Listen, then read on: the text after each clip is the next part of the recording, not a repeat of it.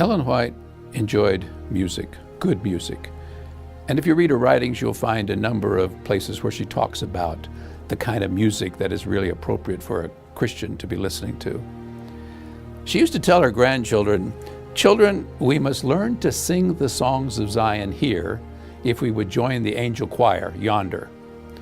She knew something about the angel choir because she heard the angel choir sing in vision on more than one occasion.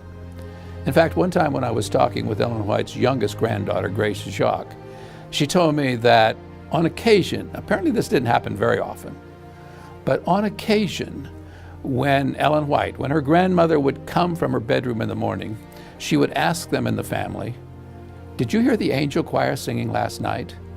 And they would say, "No, Grandma, we didn't hear any angels singing last night."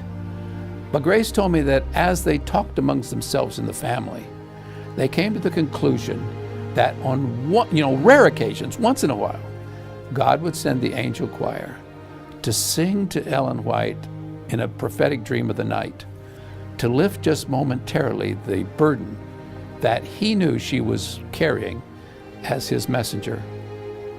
Now, this business this having heard the angel choir sing, there's an interesting story that comes down. One time, Ellen White was speaking at a prayer meeting. I believe, if I remember correctly, it was at the St. Helena Sanitarium. Anyway, it was a weekly prayer meeting. And the congregation was singing kind of listlessly, like we sometimes do, just kind of mumbling the words, not thinking much about it. And she stopped them right in the middle of their singing, and she said, "Now, brothers and sisters, I've heard the angel choir sing in vision, and they don't sound like this. They sing with feeling and with expression.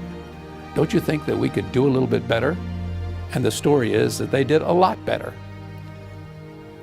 Ellen White's favorite hymn probably will be of no surprise. It is "Jesus, lover of my soul."